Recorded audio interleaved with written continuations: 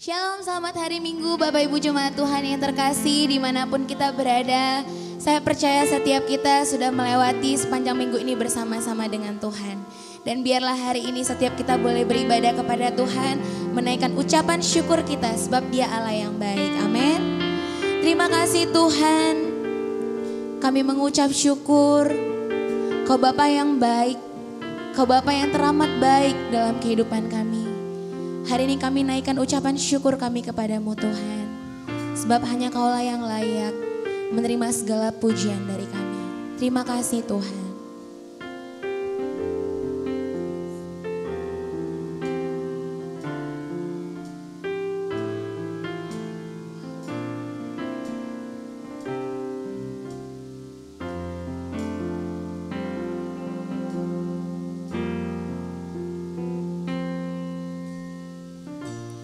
Dengan apa ku membalas kasih-Mu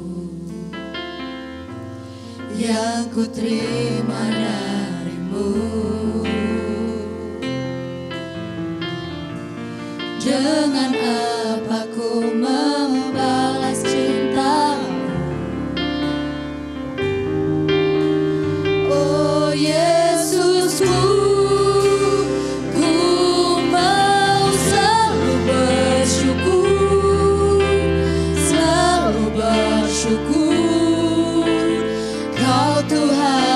setia yang selalu menopang, ku mau selalu bersyukur, selalu bersyukur. Kau Bapakku yang setia.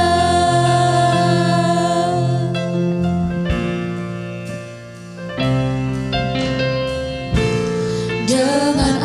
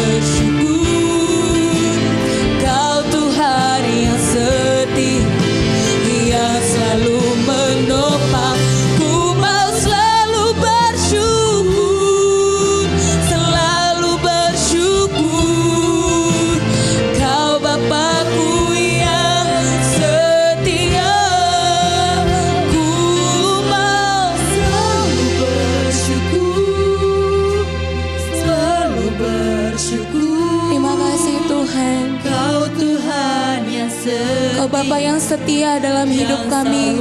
Kau Allah yang tidak pernah meninggalkan kami Tuhan.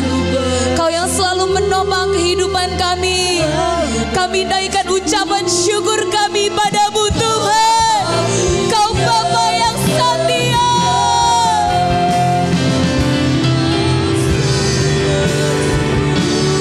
Mau selalu bersyukur, selalu bersyukur. Kau Tuhan yang setia, yang selalu menopang.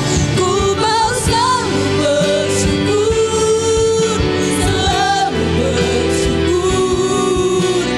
Kau Bapa-Ku yang setia. Ku mau selalu bersyukur. Terima kasih Tuhan. Kau Tuhan yang setia, yang selalu menopang. Ku mau selalu bersyukur, selalu bersyukur. Kau Bapa-Ku yang setia.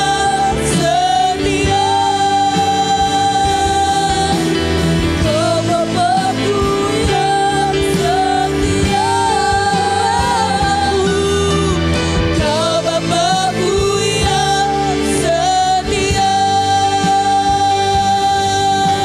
Kau Bapa-Ku yang setia. Terima kasih Tuhan. Kau setia Kau Bapa-Ku yang setia. Kau Bapa-Ku yang setia. Kami naikkan syukur bagimu Tuhan. Kami naikkan syukur bagimu atas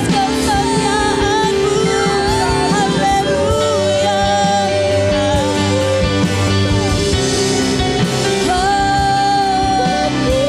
Haleluya.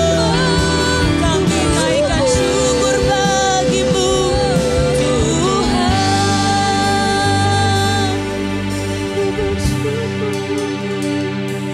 Terima kasih Tuhan. Kau Bapa yang setia dalam setiap musim kehidupan kami Tuhan.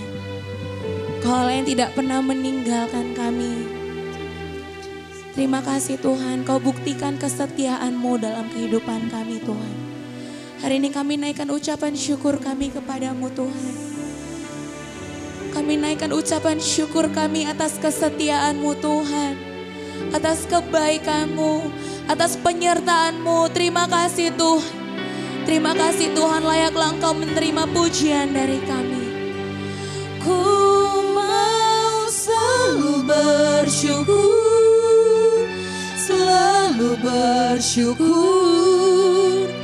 Kau Tuhan yang setia, yang selalu menopang. Ku mau selalu bersyukur, selalu bersyukur. Kau Bapa-Ku yang setia. Kau Bapa-Ku yang setia. Kau Bapa-Ku. Kau Bapa-Ku yang setia. Terima kasih Tuhan. Terima kasih Tuhan. Layaklah Engkau ditinggikan sampai selama-lamanya. Diberkatilah nama-Mu Tuhan atas ibadah kami pada hari ini. Di dalam nama Yesus. Terpujilah nama-Mu Tuhan. Dalam nama Yesus kami berdoa dan mengucap syukur. Amin, amin. Puji nama Tuhan. Dia Allah yang setia, amin. Mari kita memuji nama Tuhan kita.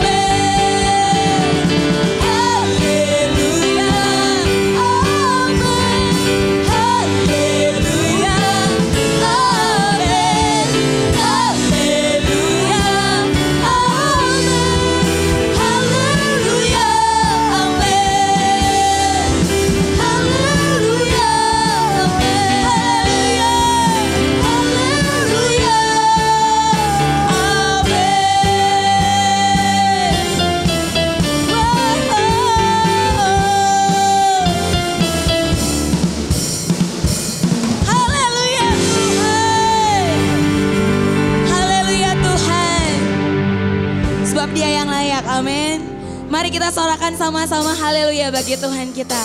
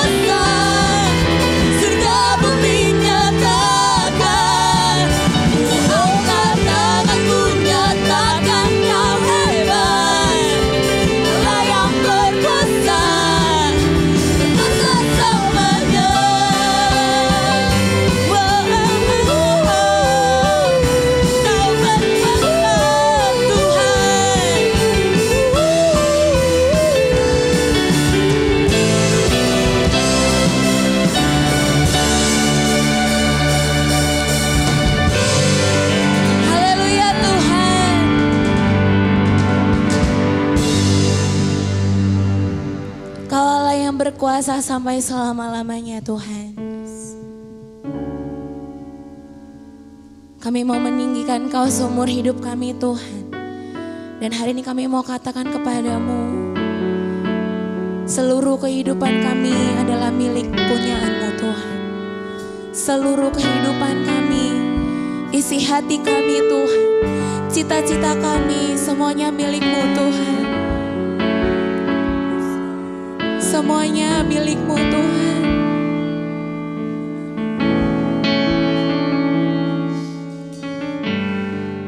Terima kasih Tuhan. Biarlah pujian ini mengalir dari hati kami. mengalir dari segenap hati kami Tuhan. Terima kasih Tuhan, ku milik-Mu.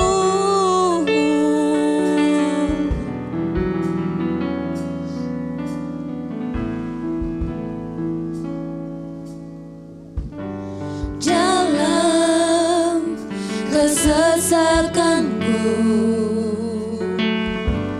Kau beri kedamaian-Mu. Dalam keraguan ku temukan wajah-Mu.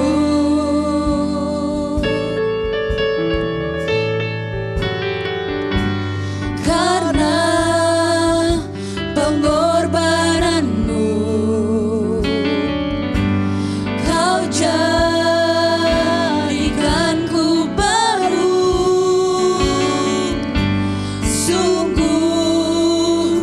ku terkagum, amanku di dalam-Mu, Yesus. Kau membuatku sesuai rencana-Mu. Kau memegang setiap musim hidupku. Ku serahkan semua kekhawatiranku, ku milik-Mu.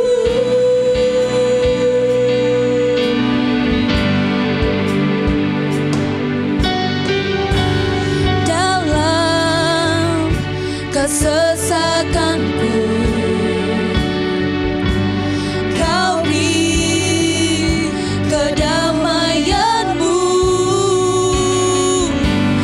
Dalam keraguan ku temukan wajah-Mu.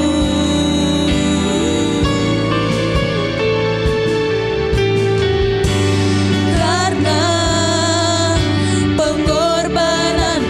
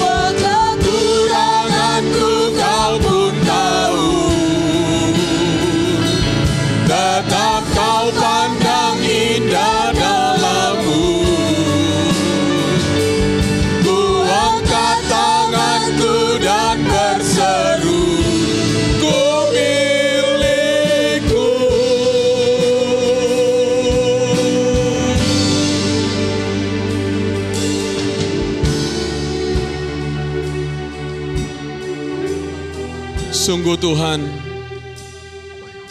Engkau Allah yang besar dan dahsyat. Engkau Allah pencipta langit dan bumi, yang mengontrol segala sesuatu di dalam hidup ini kami, di dalam hidup kami. Kami bersyukur kepadamu Tuhan. Tidak ada yang perlu kami takutkan dalam hidup kami, sebab Tuhan Allah beserta kami. Allah yang dahsyat, Allah yang hebat. Tuhan, terima kasih Tuhan. Kami menjalani kehidupan kami dengan penuh sukacita, dengan penuh ucapan syukur kepadamu Bapa Surgawi. Walau di tengah-tengah tantangan yang kami hadapi, di tengah-tengah badai kehidupan yang kami hadapi dalam kehidupan kami, Engkau tetap Tuhan. Tuhan, terima kasih Bapa. Engkau yang sudah menebus kami, membentuk kami, menjadikan kami serupa dengan gambaran anak-Mu Tuhan, supaya hidup kami boleh menjadi berkat Bapa.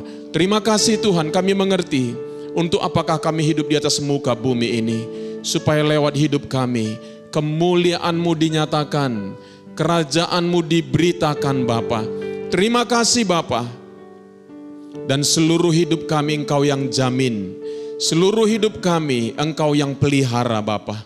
Terima kasih Tuhan, tidak ada satupun yang dapat mencelakakan kami, tidak ada satupun Tuhan yang dapat menghancurkan hidup kami, sebab Roh-Mu yang menyertai kami. Terima kasih Bapa, kami bersyukur kepadamu Bapa. Terpujilah nama-Mu Tuhan, di dalam nama Yesus kami sudah berdoa dan mengucapkan syukur, dan semua kita yang percaya katakan amin. Puji Tuhan. Terima kasih. Puji Tuhan, saudara yang kekasih di dalam nama Tuhan Yesus, kembali lagi bertemu dengan saudara pada hari ini dengan penuh sukacita. Saudaraku, karena kasih Tuhan selalu baru setiap hari. Nah saudara, hari ini kita akan belajar kebenaran firman Tuhan dan judulnya adalah kekuatan pikiran. Ya, saudara, kekuatan pikiran. Firman Tuhan berkata seperti ini. Roma 12 ayat 1 sampai yang kedua. Karena itu saudara-saudara, demi kemurahan Allah aku menasihatkan kamu, supaya kamu mempersembahkan tubuhmu sebagai persembahan yang hidup. Jadi kepada jemaat di Roma, Paulus berkata, menasihatkan kamu supaya kamu mempersembahkan tubuhmu sebagai persembahan yang hidup. Saudaraku, ya, yang kudus dan yang berkenan kepada Allah itu adalah ibadahmu yang sejati. Jadi ibadah yang sejati, saudaraku, bukan cuma pada waktu kita menaikkan lagu pujian kita, bukan cuma pada waktu kita bertepuk tangan, mengangkat tangan kita, tetapi ibadah yang sejati menurut ayat ini adalah ketika kita mempersembahkan tubuh kita sebagai persembahan yang hidup, yang kudus dan berkenan kepada Allah. Itu ibadahmu yang sejati. Janganlah kamu menjadi serupa dengan dunia ini. Saudara, kalau kita baca di dalam ayat yang ke-11, itu bicara tentang penyelamatan, saudaraku. Itu bicara tentang keselamatan. Itu bicara tentang penebusan, saudara. Jadi saudaraku, kita ditebus oleh Tuhan, kita diselamatkan oleh Tuhan. Bukan untuk kembali menjadi serupa dengan dunia ini.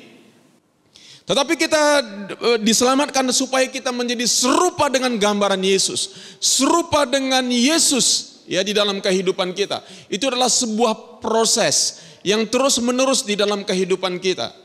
Ya, menarik saudaraku, ketika tadi saya berbincang-bincang dengan salah satu anak saya, berkata, di sana saudaraku, di teman-temannya ada orang berkata, saya Kristen tetapi saya gay. Itu bertentangan saudara. Kalau saudara Kristen, saudara nggak bisa jadi gay. Karena Kristen dan gay itu bertolak belakang saudaraku. Ya, jadi saudara nggak bisa berkata, ya saya Kristen tapi saya pembunuh. Enggak bisa sebenarnya saudaraku. Ya, saya seorang Kristen tapi saya penipu. Itu enggak bisa saudaraku. Karena kekristenan dan gay dan pembunuh dan penipu itu bertolak belakang. Ya, jadi saudaraku, kita enggak bisa menyebut diri kita Kristen. Tetapi kalau gaya hidup kita, cara hidup kita tidak sesuai dengan kebenaran. Nah saudara, itulah sebabnya firman Tuhan berkata, tetapi berubahlah oleh pembaharuan budimu. Pembaharuan pikiranmu. Jadi saudaraku, Alkitab mencatat, Alkitab memberitahu kepada kita, kalau kita mau menjadi serupa dengan Kristus, kalau kita mau hidup kita, tubuh kita dipersembahkan untuk Tuhan, itu harus dimulai dengan apa? Dimulai dengan pembaharuan pikiran kita. Sehingga kita dapat membedakan manakah kehendak Allah, apa yang baik, yang berkenan kepada Allah, dan yang sempurna. Saudaraku, hal yang mungkin sepele, saudaraku. Ya, berbicara tentang pembaharuan pikiran. Karena saudaraku, kerap kali kehidupan kita, saudaraku, sudah dikuasai oleh alam bawah sadar kita yang lama. Itu sudah menjadi respon otomatis dalam kehidupan kita. Tetapi sesungguhnya, saudaraku, kita sebagai orang percaya, kita terus-menerus perlu memperbaharui pikiran kita setiap hari. Ya, ingat, tubuh kita tidak mengendalikan pikiran kita, tetapi pikiran kitalah yang mengendalikan tubuh kita. Ya, sekali lagi saudaraku, dikatakan bahwa tubuh kita tidak mengendalikan pikiran kita, tetapi pikiran kitalah yang mengendalikan tubuh kita.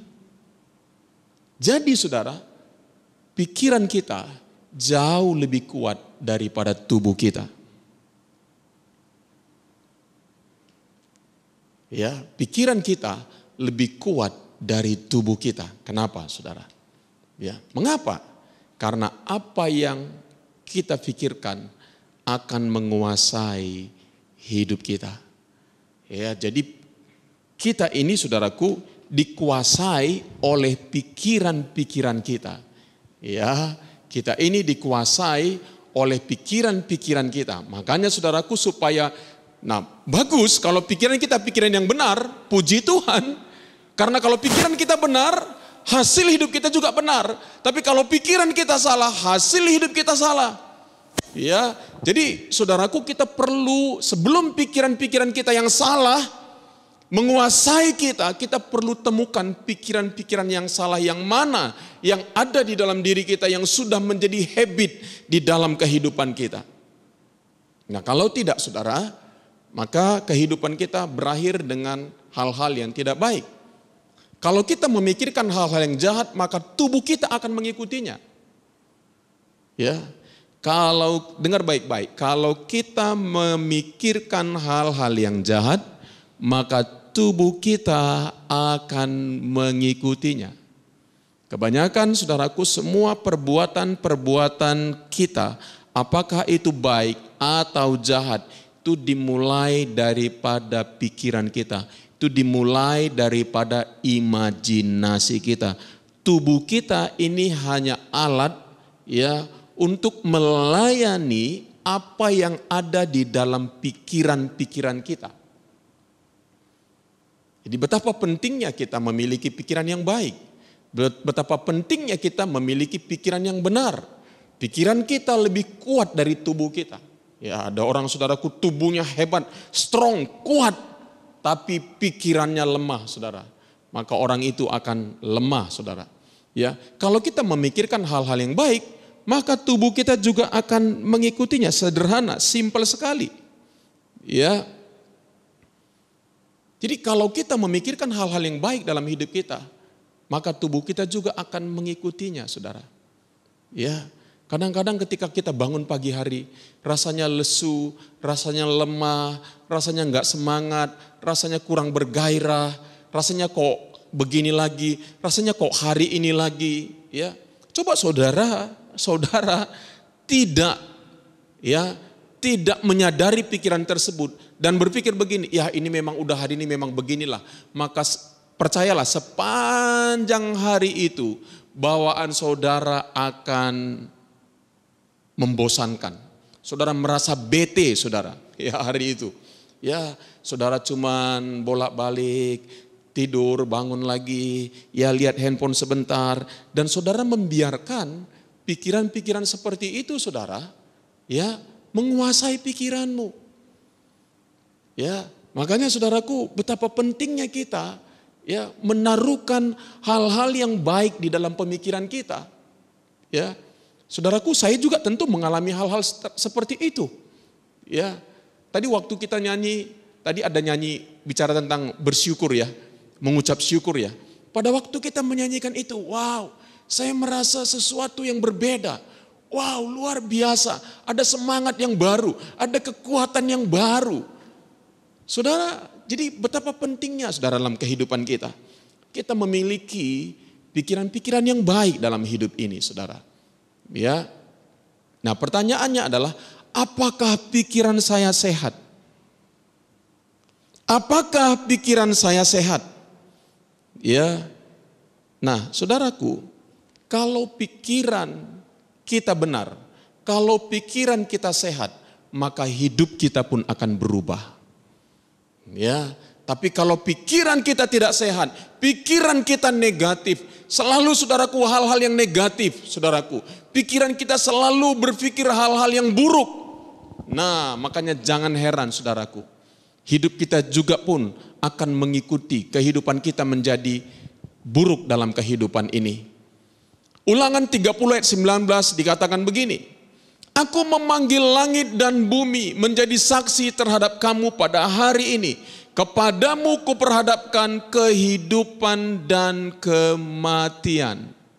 Wow, aku memanggil langit dan bumi menjadi saksi terhadap kamu pada hari ini.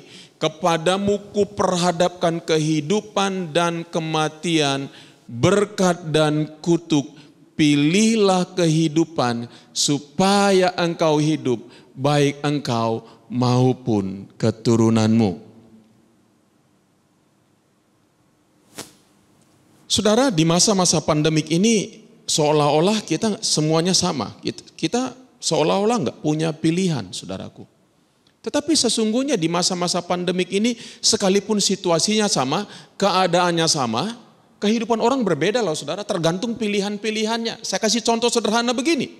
Ketika bangsa Israel ada di padang gurun, ya saudaraku, ketika bangsa Israel ada di padang gurun, begitu banyak orang ada di padang gurun saudaraku. Ya. Dan saudaraku, apakah mereka sampai ke tanah Kanaan atau tidak? Saudaraku, itu berisi daripada apa? Pilihan-pilihan mereka. Sama seperti begini, ketika Musa mengutus 12 pengintai. 10 pengintai memberikan, melihat, memikirkan hal-hal yang mustahil. Dia bilang gak mungkin kita bisa masuk ke sana.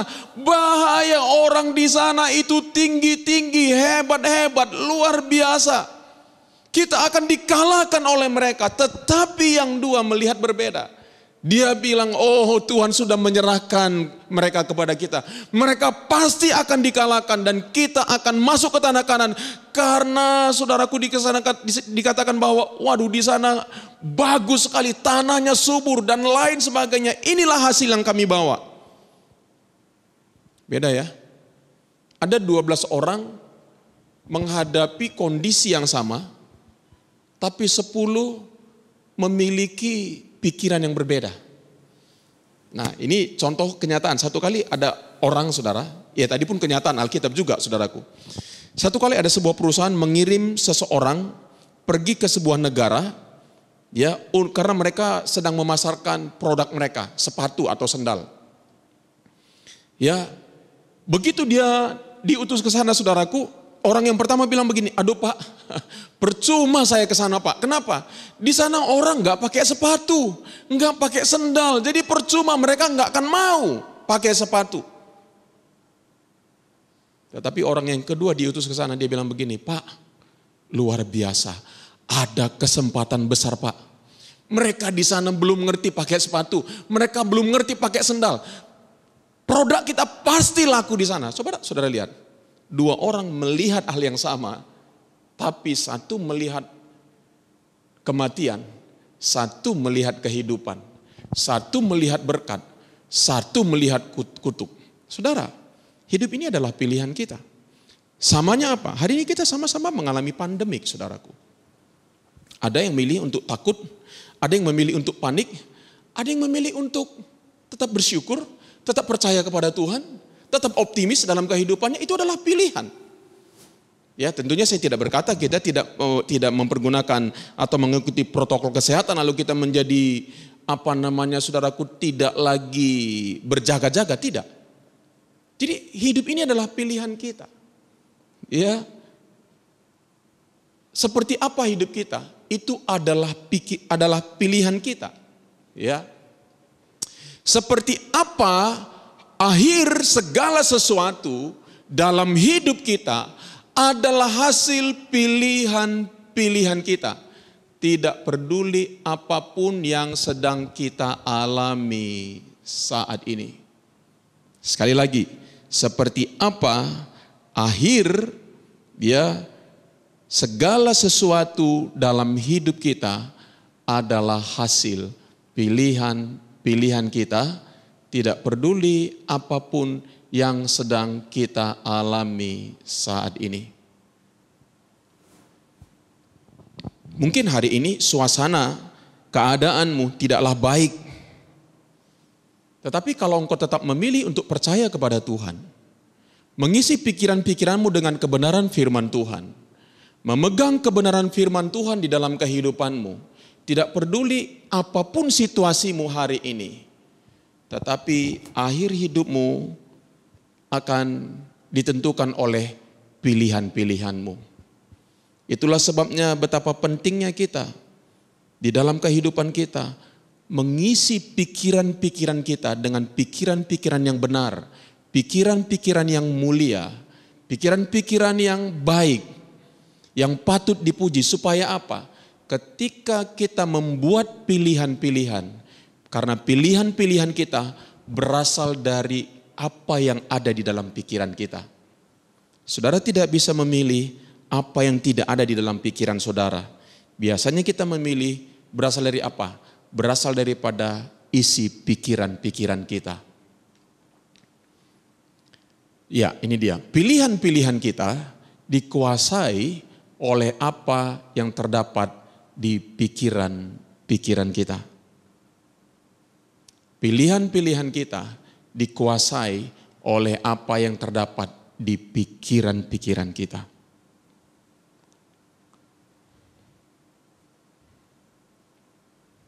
Saudara, keberhasilan seseorang tidak ditentukan dari seberapa tinggi pendidikan orang tersebut.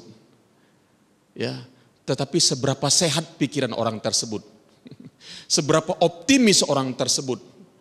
Seberapa kuat pikirannya percaya bahwa hidupnya pasti berhasil. Nah, itu dia Saudara. Tidak bergantung daripada seberapa tingginya pendidikan orang tersebut. Pendidikan seseorang tidak menentukan keberhasilan dalam kehidupannya. Ya, tetapi justru keberhasilan seseorang banyak sekali dikuasai oleh kepercayaan orang tersebut di dalam kehidupannya.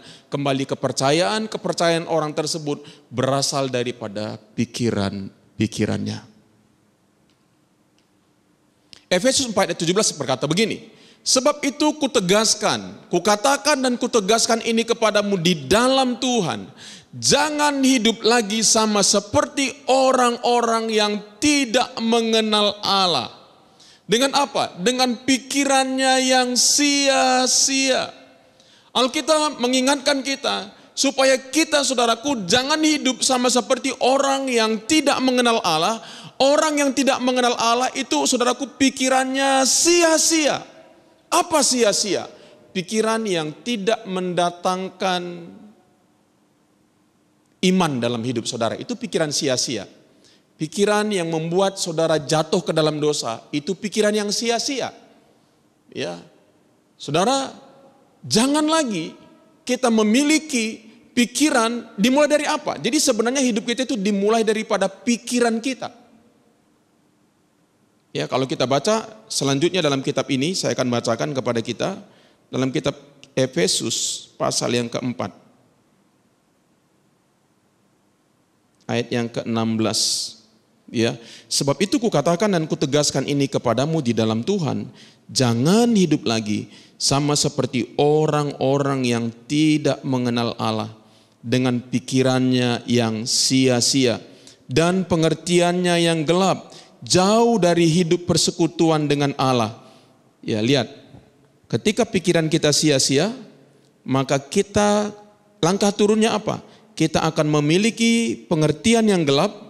Lalu apa? Kita akan kehilangan persekutuan dengan Allah. Lalu apa? Muncullah kebodohan di dalam diri mereka. Lalu apa? Muncullah kedegilan di dalam hati mereka. Lalu apa? Perasaan mereka telah tumpul. Lalu apa? Mereka menyerahkan diri kepada hawa nafsu dan mengerjakan dengan serakah segala macam kecemaran. Saudara-saudara lihat betapa hebatnya pikiran saudara.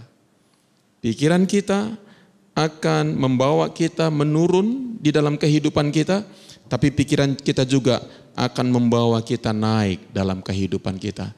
Tergantung apa yang kita isi dengan pikiran kita.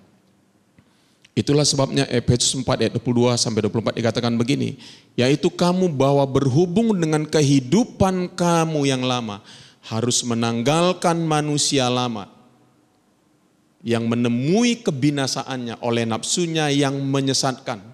Supaya apa? Kamu dibaharui di dalam roh dan pikiranmu dan mengenakan manusia baru yang telah diciptakan menurut kehendak Allah di dalam kebenaran dan kekudusan yang sesungguhnya. Lihat, rata-rata orang Kristen 75% pikiran alam bawah sadarnya masih berasal dari pikiran-pikiran yang lama. Apakah itu luka-luka, trauma-trauma, ya, kegagalan-kegagalan, ya, kemarahan, kebencian, sakit hati yang masih ada di dalam diri kita yang sudah menjadi habit yang belum diperbaharui. Makanya saudaraku, banyak sekali orang-orang Kristen hidupnya sama dengan dunia ini. Kenapa? Karena mereka tidak aware dengan pikiran alam bawah sadar mereka. Nah, disinilah saudaraku diperlukan tuntunan Roh Kudus. Allah Roh Kudus, saya mengalami saudaraku, sering sekali Allah Roh Kudus mengingatkan pikiran-pikiran yang ada di alam bawah sadar saya. Dan saya langsung mempertanyakan begini, kenapa saya berpikir seperti ini? Dari mana munculnya pikiran-pikiran seperti ini? Kenapa saya berespon seperti ini? Kerap kali karena saudaraku kita enggak terbiasa, saudaraku kita berpikir bahwa semua respon otomatis kita itu adalah sesuai dengan kehendak Tuhan. Padahal 75% saudaraku pikiran alam bawah sadar kita belum diperbaharui. Makanya banyak orang bertahun-tahun mengikut Tuhan tetapi tidak mengalami perubahan yang signifikan.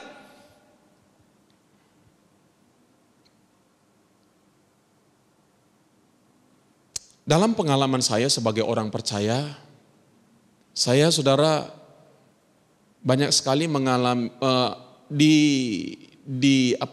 dinyatakan oleh Roh Kudus di dalam hati saya, ya, bahwa pikiran saya, respon saya nggak benar itu ketika masalah-masalah terjadi dalam hidup saya. Tuhan membongkar hidup saya, ya, saya mulai sadar apa yang terdapat di dalam batin saya. Apa yang tidak benar di dalam batin saya. Saya mulai menyadari, hey, ini enggak benar. Hey, kenapa saya masih berpikir seperti ini? Hey, kenapa saya masih bertindak seperti ini? Hey, kenapa saya masih melakukan hal-hal seperti ini? Kita perlu bimbingan Roh Kudus. Kita perlu, karena firman Tuhan berkata Roh Kudus itu salah satu pekerjaan yang dilakukan adalah menyadarkan kita. Ya, saudaraku ada singkatan yang bagus, ya. Kalau kita namanya app ya, APP, A-nya aware, P-nya pause, lalu P satu lagi practice. Ketika kita disadarkan oleh Roh Kudus, kita mulai berhenti, kita berhenti dulu sebentar, ya. Hey, kenapa saya begini ya? Kenapa saya lakukan ini ya? Kenapa reaksi saya seperti ini ya? Ada orang reaksinya nggak begini, kan sebenarnya reaksi ini nggak benar. Kenapa reaksi saya seperti ini? Nah, kita perlu pause, kita perlu di situ mulai mencerna di dalam batin kita. Ini nggak benar nih. Nah, banyak orang saudaraku nggak begitu. Dia nggak aware sehingga apa? Dia terus melakukan hal yang sama berulang-ulang. reaksinya kalau kena masalah sama terus. Kenapa? Dia nggak aware bahwa itu nggak benar. Nah ingat saudaraku, itu udah sering diulang-ulang. Apapun ya yang sudah menjadi reaksi kita berulang-ulang, itu dianggap sebagai sebuah kebenaran, sekalipun itu bertentangan dengan firman Tuhan.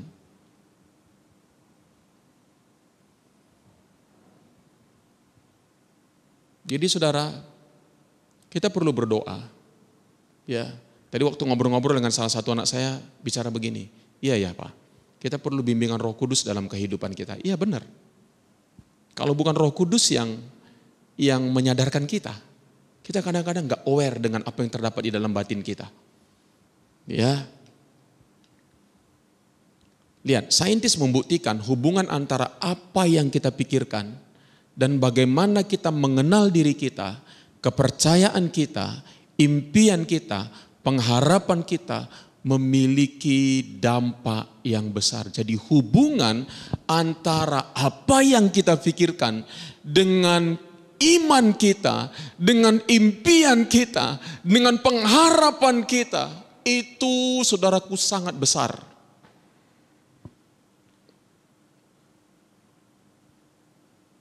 Apa yang kita pikirkan, hubungan antara apa yang kita pikirkan dengan pengenalan diri kita, ya, kepercayaan kita, impian kita, pengharapan kita memiliki dampak yang besar. Saudara tahu bahwa salah satu tugas terbesar dalam hidup kita adalah mengenal diri kita sendiri.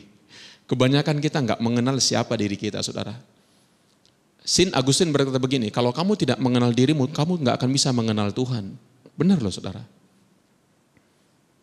Ya, kalau kita tidak mengenal diri kita tidak akan bisa mengenal Tuhan. Itulah sebabnya kita perlu aware dengan apa yang ada di dalam diri kita. Aware itu kita perlu berjaga-jaga atau waspada atau sadar ya dengan apa yang terjadi di dalam diri kita. Kita bisa melihat itu lewat apa? Lewat respon-respon kita. Ya. Oke. Nah, pikiran kita akan membawa kita. Jadi kesimpulan dari apa yang di atas tadi, pikiran kita akan membawa kita pada iman dan pengharapan kita, sehingga apa yang dahulu adalah kemustahilan akan menjadi milik kita. Lihat, pikiran kita akan membawa kita kepada iman dan pengharapan kita. Karena besar hubungannya antara pikiran kita dengan pengenalan kita akan diri kita, dengan kepercayaan dan iman kita, dengan pengharapan kita.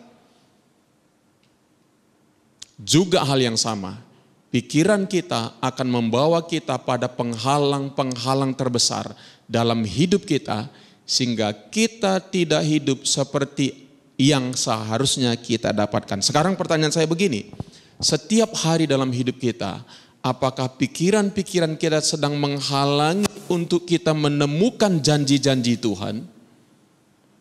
Untuk memiliki pengharapan-pengharapan dalam hidup kita, atau pikiran-pikiran kita yang ada di dalam diri kita sedang membawa kita mendapatkan hal-hal bahkan yang mustahil dalam hidup kita, karena itu adalah janji Tuhan bagi diri kita. Atau kita melihat penghalang-penghalang, banyak tembok-tembok saudaraku. Sehingga hidup kita hanya dikelilingi oleh tembok. Kita nggak bisa melihat di luar tembok sana ternyata ada sebuah kehidupan yang lebih indah. Ada sebuah kisah sederhana yang sangat menarik. Ya, ada seorang yang narapidana. Dia tadinya adalah seorang pengusaha yang luar biasa, tetapi karena dia melakukan penggelapan pajak, saudaraku, dia akhirnya ditangkap dan masuk penjara. Bisa bayangkan, kemarin dia masih memakai pakaian yang bagus, dasi, jas dan lain sebagainya, tapi karena kecurangannya sendiri dia berakhir di penjara. Dan tiba-tiba dia merasa drop, dia merasa stres, dia merasa kecewa. Yang dia bisa lihat itu hanya tembok-tembok penjara, ya, hanya orang-orang yang bengis, pegawai-pegawai penjara yang begitu menakutkan buat dia, dan orang-orang di penjara yang begitu beringas yang dekat dengan dia, saudaraku. dia melihat penghalang-penghalang dalam hidupnya. Satu kali saudara, setelah 2 tahun di penjara, satu kali dia sedang menaiki anak tangga. Biasanya begitu, mereka turun ke bawah untuk olahraga dan lain sebagainya. Kalau naik anak tangga itu saudaraku, artinya mereka akan mulai masuk ke penjara lagi dan mulai ada di dalam kurungan lagi saudaraku.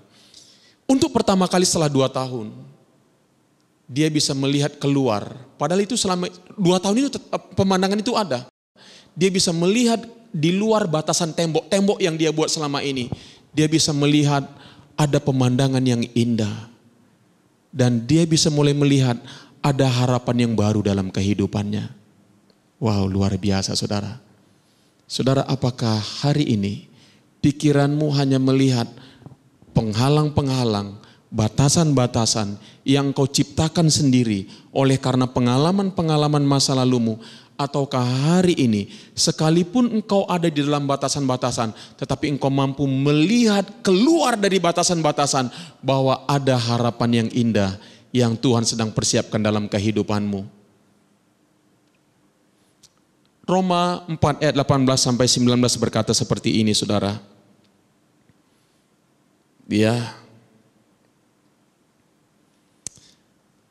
Sebab sekalipun tidak ada dasar untuk berharap. Ini Abraham. Sekali lagi, tidak ada dasar untuk berharap.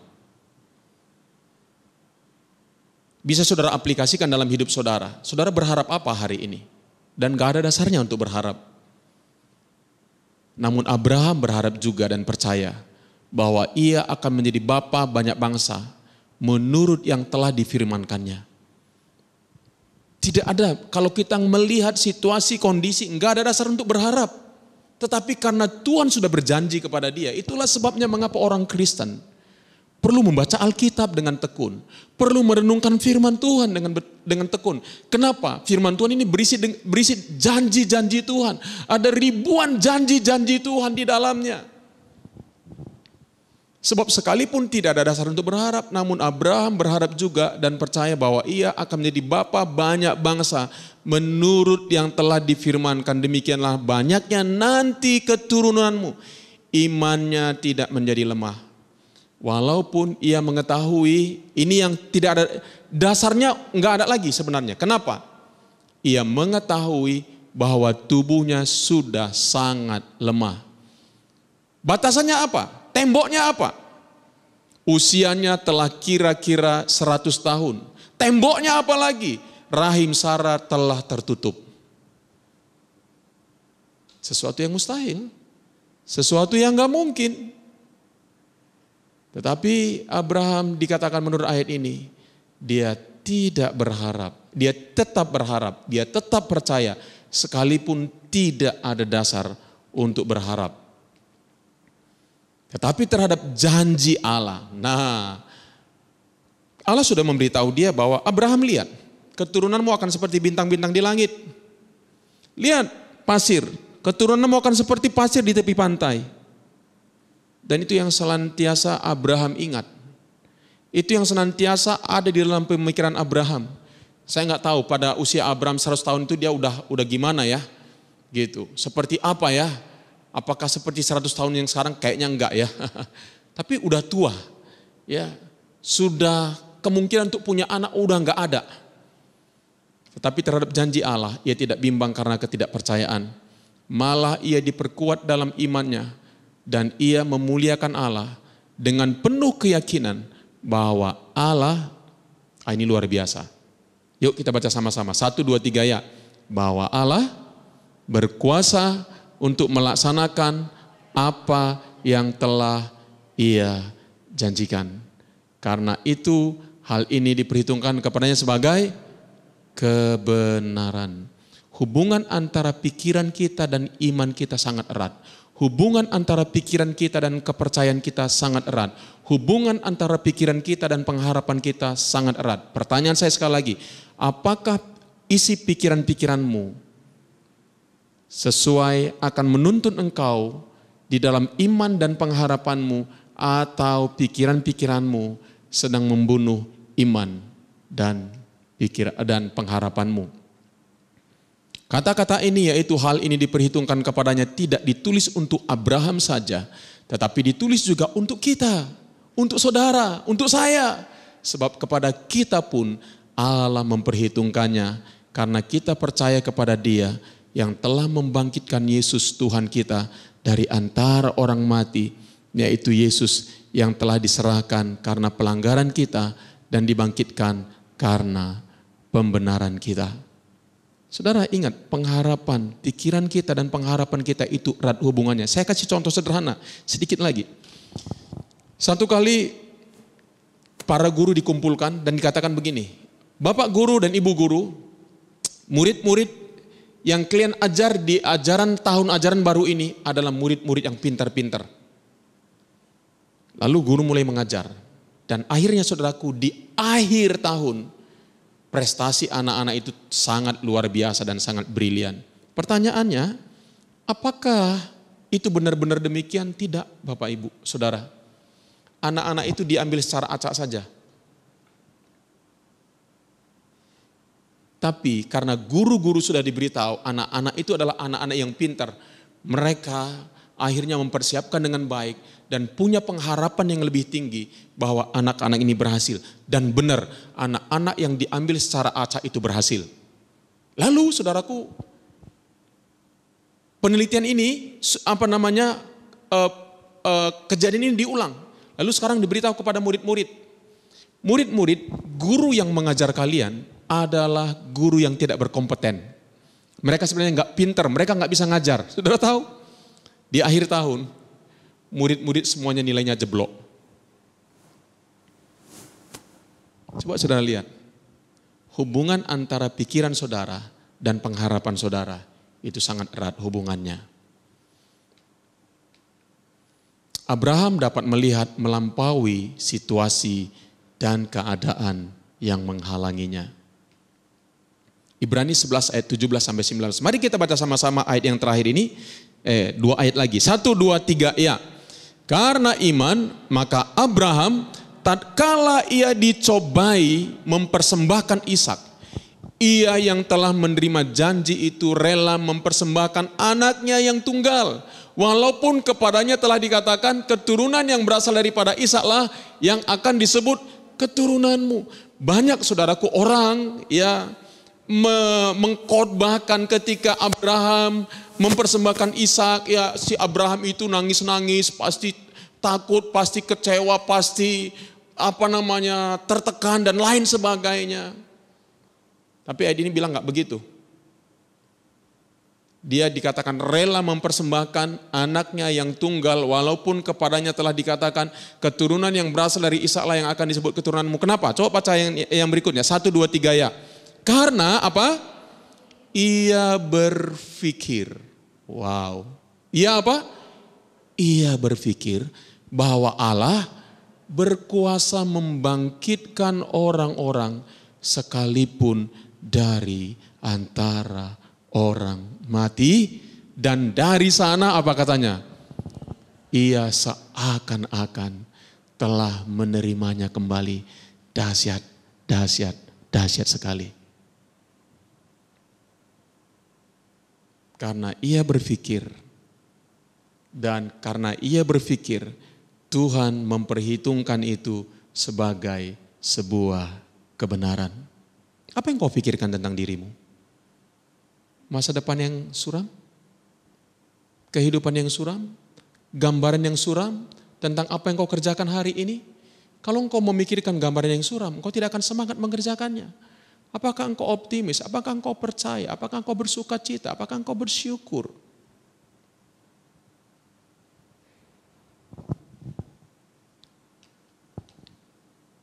Apakah pikiran-pikiran kita membangun iman dan pengharapan kita? Atau justru membunuh iman dan pengharapan kita? Pesannya adalah pikiran kita perlu diselamatkan.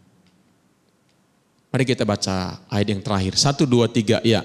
Sebab itu buanglah segala sesuatu yang kotor dan kejahatan yang begitu banyak itu.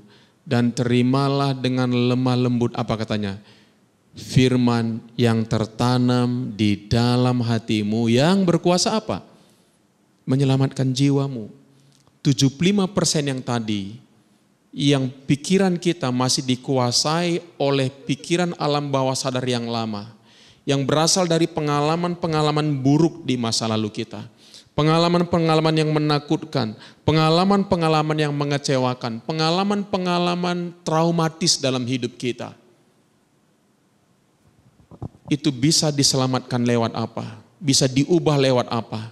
Dengan jalan menerima firman Tuhan di dalam hati kita dengan lemah lembut. Tanamlah firman Tuhan senantiasa. Bacalah firman Tuhan setiap hari. Saudara jangan lewatkan setiap hari tanpa engkau membaca firman Tuhan. Paling tidak 1 ayat. Engkau baca, engkau renungkan, itu akan menyembuhkan dirimu dari 75% di mana pikiran-pikiranmu adalah yang berasal daripada pikiran alam bawah sadar yang lalu, saudara. Yang hasilnya saudara sudah kita tahu sama-sama tidak membawa kebaikan dalam hidup kita. Paling tidak, renungkan, baca 1 ayat firman Tuhan, taruh di dalam batinmu, renungkan itu setiap hari. Caranya dengan membuang semua pikiran yang kotor, jahat, dan sia-sia, dan memberi makan pikiran kita dengan firman Tuhan setiap hari. Saudara yang kekasih dalam nama Yesus, Tuhan sudah memberikan semua yang kita perlukan dalam hidup kita. Untuk hidup kita, untuk kita boleh menjadi berkat, semua Tuhan sudah sediakan. Untuk kita bisa mendapatkan semua apa yang Tuhan janjikan dalam hidup kita, itu harus dimulai dengan apa? Proses pembaharuan pikiran kita setiap hari. Kalau kita memiliki pikiran Kristus, maka kita akan selaras dengan janji-janji Tuhan. Dan kita akan memperoleh apa yang Tuhan sudah janjikan dalam kehidupan kita. Bukan cuma sekedar kekayaan, kehormatan, kemuliaan. Tetapi jauh lebih daripada itu adalah kita memiliki kehidupan yang bermakna. Hidup kita akan jadi berkat bagi orang lain. Hidup kita akan memberi inspirasi bagi orang lain. Hidup kita akan bermakna, hidup yang menjadi berkat buat orang lain. Mari kita berdoa. Mari kita datang kepada Tuhan pada pagi hari ini. Berdoalah kepada Tuhan supaya Tuhan menyadarkan kita dengan pikiran-pikiran kita yang masih belum diperbaharui melalui respon-respon hidup kita.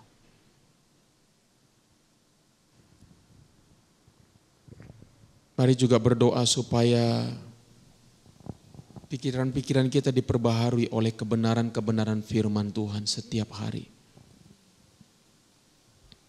Sehingga kita selaras dengan pikiran Kristus. Seperti firman Tuhan berkata, siapakah yang menjadi penasehatnya Tuhan? Tetapi kami memiliki pikiran Kristus. Mari kita menghadapi dan melewati pandemi ini dengan pikiran Kristus. Bukan dengan pikiran yang berasal dari dunia ini. Keluhan-keluhan dari dunia ini. Biar kita tidak mempunyai respon yang sama dengan dunia ini. Dengan situasi pandemik yang sedang terjadi hari-hari ini. Tapi marilah miliki pikiran Kristus.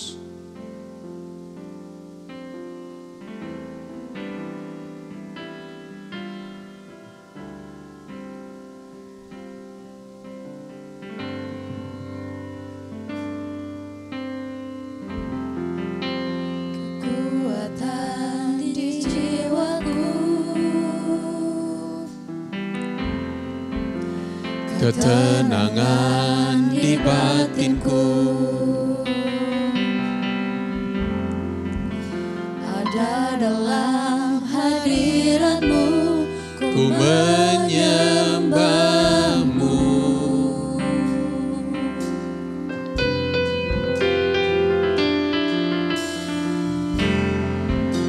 Tersungkurku di kaki-Mu,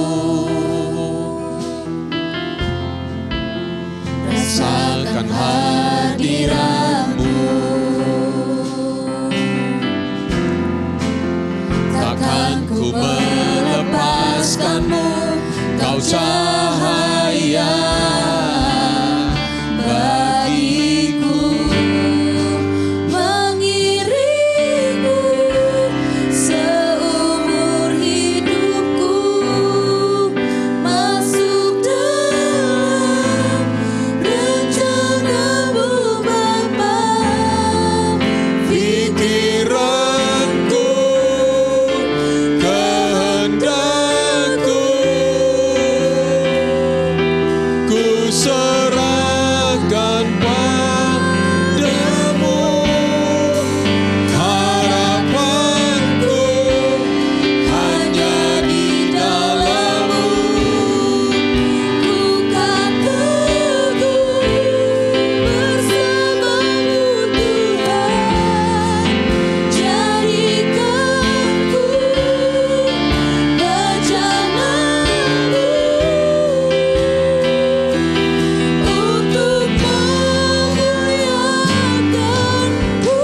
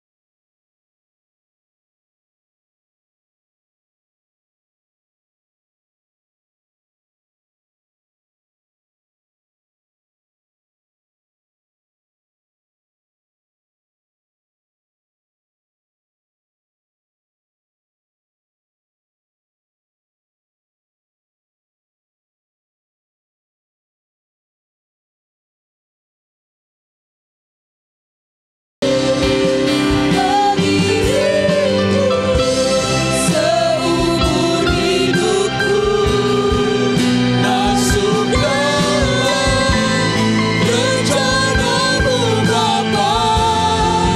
pikiranku, Kehendakku, ku serahkan padamu. harapanku hanya di dalam-Mu. Ku kan teguh bersama-Mu Tuhan, Jadikan ku bejana-Mu untuk memuliakan-Mu.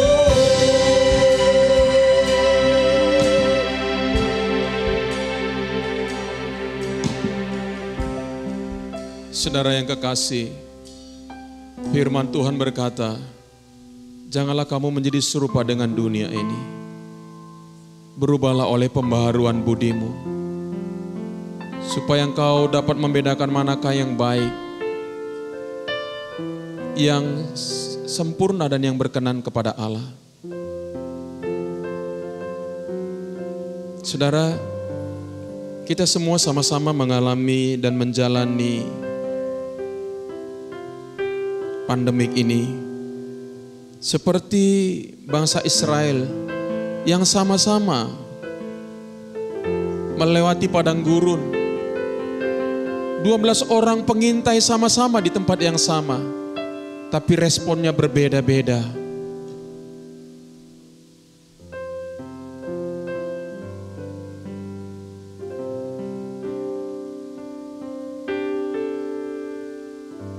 Dan hanya 2 orang yang akhirnya oleh karena pilihan mereka masuk ke tanah Kanaan, Kaleb dan Yosua. Saudaraku, kalau kita katakan pandemi ini adalah padang gurun, kita sama-sama melewatinya. Dan seperti apa kehidupan kita selanjutnya, itu sangat bergantung daripada pilihan-pilihan kita. Pilihan-pilihan kita sangat bergantung kepada apa yang ada dalam pikiran-pikiran kita. Coba sadar apa yang ada dalam pikiran kita bisa kita deteksi daripada apa yang kita ucapkan terus-menerus lewat lidah dan bibir kita. Coba deteksi respon-respon kita terhadap situasi dan keadaan ini.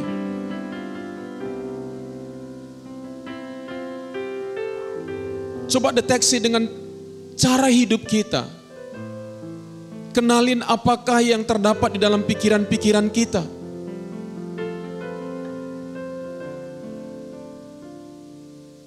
Ketika kita menjadi anak Tuhan tidak otomatis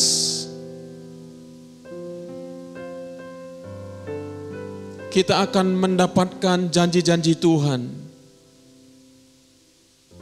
Mendapatkan kehidupan yang bermakna. Untuk merubah pikiran kita adalah tugas kita. Pilihan diserahkan Tuhan kepada kita. Kitalah yang mengambil keputusan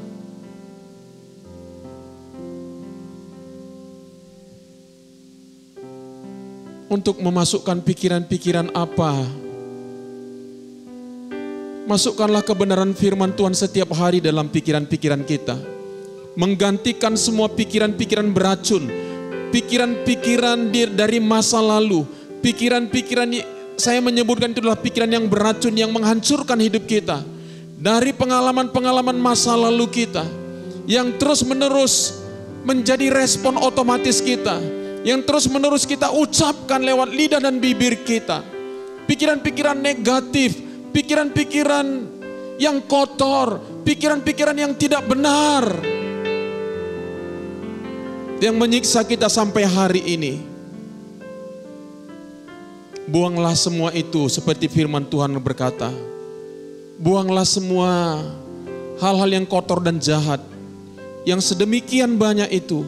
Dan terimalah dengan lemah lembut firman Allah yang dapat mengubah, menyelamatkan jiwamu.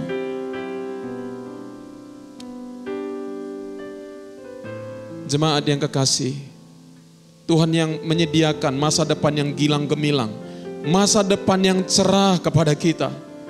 Sekalipun mungkin hari ini ada tembok-tembok yang menghalangi kita, tapi dapatkah kita melihat di luar tembok itu ada taman bunga yang indah.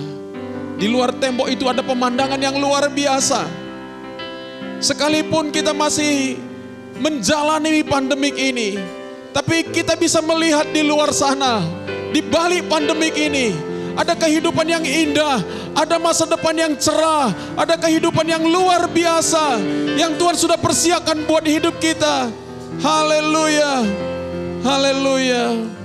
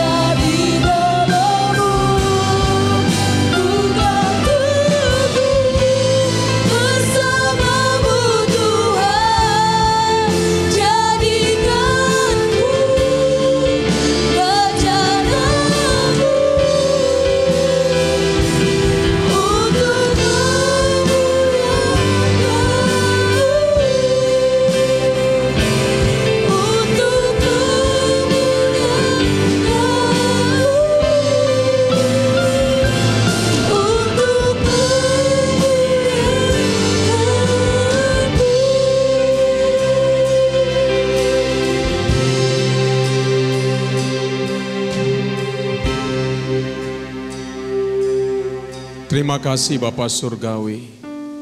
Seperti Abraham mampu melihat di luar keterbatasan-keterbatasan yang dia punya. Dia mampu melihat melampaui tembok yang membatasi hidupnya. Demikianlah kami Tuhan. Mungkin tembok yang membatasi kami hari ini adalah pekerjaan kami, keuangan kami, pernikahan kami, singleness kami. Apapun tembok yang membatasi kami hari ini. Tuhan, biarlah kami bisa melihat melampaui tembok itu sesuai dengan janji-janji-Mu kepada kami. Celikkan mata hati kami, pikiran kami diperbaharui, sehingga janji-janji-Mu kami bisa lihat melampaui batasan-batasan, tembok batasan yang ada dalam hidup kami.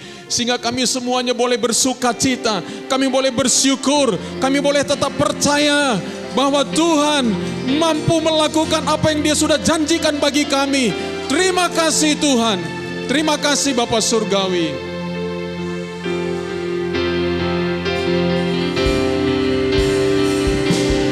Haleluya, Kau Allah yang besar.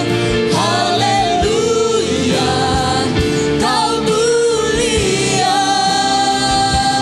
Namamu, kuasa-Mu, kasih-Mu kekal.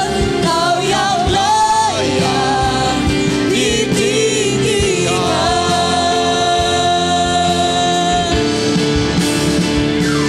Haleluya, Kau Allah yang besar. Haleluya, Kau mulia. Namamu, kuasa-Mu, kasih-Mu kekal. Kau yang layak ditinggikan. Namamu, kuasa-Mu, kasih-Mu kekal. Kau yang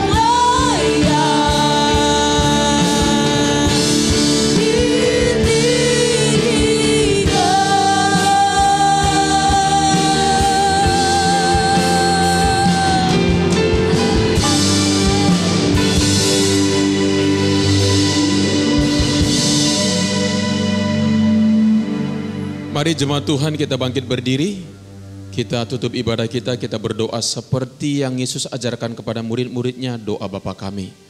Bapa kami yang di surga, dikuduskanlah namamu, datanglah kerajaan-Mu, jadilah kehendak-Mu di bumi seperti di surga. Berikanlah kami pada hari ini makanan kami yang secukupnya, dan ampunilah kami akan kesalahan kami, seperti kami juga sudah mengampuni orang yang bersalah kepada kami. Dan janganlah membawa kami ke dalam pencobaan, tetapi lepaskanlah kami daripada yang jahat, karena Engkaulah yang punya kerajaan dan kuasa dan kemuliaan sampai selama-lamanya. Jemaat yang kekasih, terimalah berkat sukacita, damai sejahtera, kebaikan, kemurahan daripada Allah Bapa, cinta kasih dan pengorbanan daripada Tuhan Yesus, penyertaan dan persekutuan dari Allah Roh Kudus menuntun langkah hidup kita dari hari ini sampai Maranatha, Tuhan Yesus datang yang kedua kali. Dan semua yang percaya katakan amin. Amin.